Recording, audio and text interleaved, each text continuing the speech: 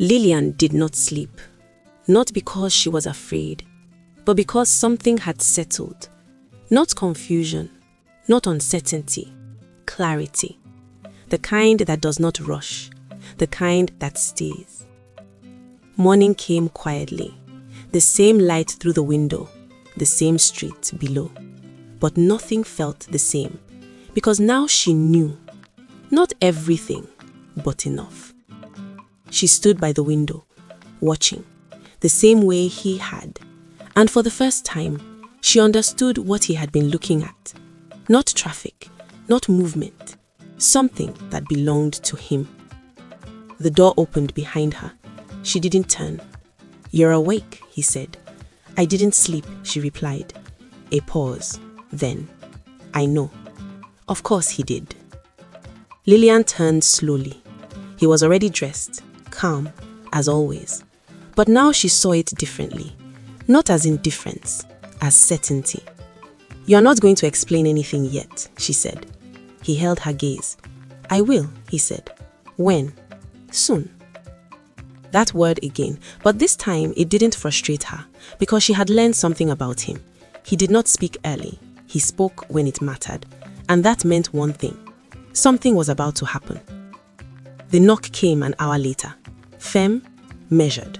Not the same knock as before. Lillian didn't move. Neither did he. Then he walked past her, opened the door. Mr. Bello stood there. But not the same man. Not the one who shouted. Not the one who threatened. Not the man who had stood in this doorway with the certainty of someone who owned the ground everyone else walked on. This version was careful. "Good morning," he said. Not loudly, not aggressively, carefully. Lillian watched from inside, because now she was paying attention differently. Mr. Bello's eyes moved briefly, not to her, but to him. And in that glance, something passed. Recognition. Then something else. Restraint.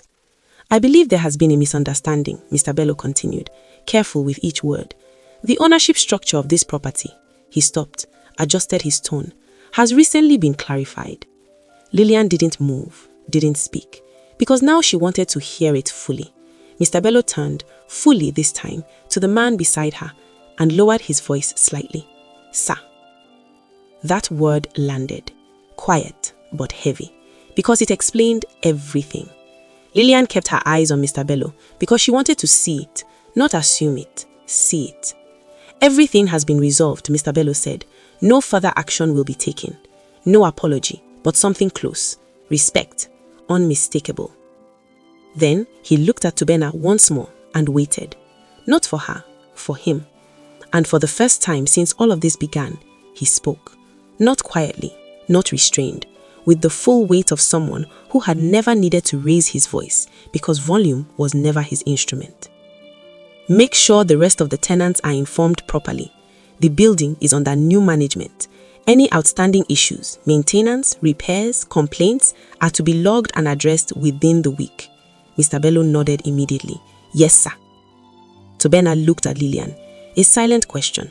Lillian stepped into the hallway. She saw Mrs. Gable from 4B peering through a cracked door. She saw the young student from the first floor standing by the stairs. They were waiting for the sound of her weeping. They were waiting for the sound of another life being packed into boxes. Lillian looked at Mr. Bello. "Mrs. Gable's heating has been out for 3 weeks, she said. Her voice was steady, clear. Mr. Bello stiffened. He looked at Tubena. Tubena didn't move. He only watched Lillian. "Logged and addressed," Tubena said quietly. His eyes never left Lillian's. "Within the week," Mr. Bello said quickly. "Of course." Lillian looked at her neighbors. She didn't smile. She didn't gloat. She simply nodded to them. A signal. The fear was over. Mr. Bello left. No argument, no resistance. Just compliance. The door closed and silence returned, but not the same silence. This one was complete. Lillian turned slowly, because now there was nothing left to guess, only to face. "You knew," she said. He didn't deny it. "You let it happen," she continued. "I let it reach a point where it revealed everything," he said. That answer was precise, too precise to argue with immediately. "Why?" she asked, not loudly, but directly. He looked at her, not avoiding, not deflecting, present. "I needed to see how you stood," he said, "with nothing holding you up." Lillian held his gaze because now she understood what that meant. Not just her situation, her choices, her endurance, her refusal to leave. "You are watching," she said. "Yes." "For how long?" A pause. Then, 4 years. She stared at him. 4 years, she repeated.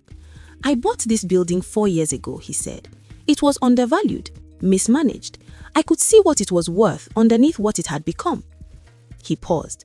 "I reviewed the tenancies, the histories, the people who had stayed and the ones who had left."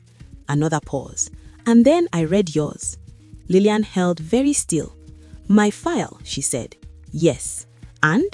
He looked at her directly. 3 years, he said. "Consistent, quiet. No complaint filed against you. No late payments until the job loss. No drama. You kept this apartment as if it belonged to you, even when it didn't. You are the kind of person who takes care of things that the world has not yet confirmed are yours." Lillian looked at him. Something was moving inside her that she did not have a name for yet. "That's how you found me," she said slowly. He held her gaze. "Finding you was information," he said. "Choosing you was something else." She frowned slightly. "What's the difference?" "Information tells you what exists," he said. "A decision tells you what matters." He stepped slightly closer, not imposing, balanced. "I had seen you many times before the bench," he said. "Walking this street, coming in late, leaving early, always moving like someone who had somewhere to be and something to protect. And then one day you were on the bench and everything had collapsed around you." He paused. "And you still weren't broken." The room was very quiet. "You could have stopped it earlier," she said. "I could have. Why didn't you?" He looked at her steadily. "Because if I had," he said, "you would have thought I saved you." Lillian's expression didn't change. "And you didn't?" she asked. He shook his head slightly. "No." A pause. "You chose." That landed because it was true. She had chosen. Not comfort, not escape. Reality. And that changed everything. Lillian looked away briefly, then back at him. "You weren't offering help," she said slowly. "No. You are offering something else." "Yes." "What?" He held her gaze. "Alignment." The words settled between them, not dramatic, but exact. Lillian exhaled because now everything had a shape. Not random, not accidental, intentional. She walked back to the window, looked down at the street. The same movement, the same noise. But now she wasn't standing outside of it. She was above it. And that difference changed everything. She turned back. "You chose me," she said. "Yes, because I stayed." "Because you stayed," he said, "when leaving would have been easier. Because you treated what you had as if it were worth keeping, even when the world was telling you it wasn't." He paused. "That is not a small thing.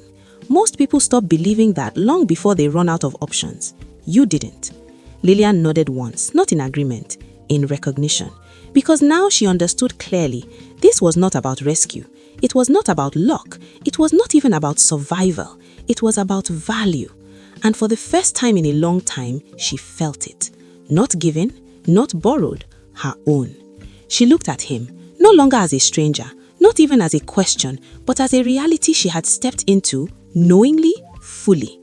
"What happens now?" she asked. He held her gaze. "Whatever you want to happen," he said. "This was always yours to define."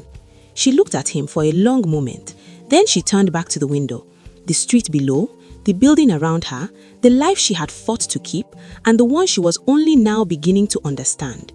She thought about the notice on the wall, the 48 hours, the bench, the quiet man who had sat beside her and offered the impossible in the calmest voice she had ever heard. She had said okay, like a woman with nothing left, but she was beginning to understand that she had never been a woman with nothing. She had always had what mattered. She had just been too busy surviving to see it clearly. She exhaled slowly, and for the first time in a long time, she was not waiting. She was not calculating. She was not holding herself together against something pressing in from outside. She was simply standing in her building beside her husband, looking at a street that witnessed every hard day she had walked through and was still there.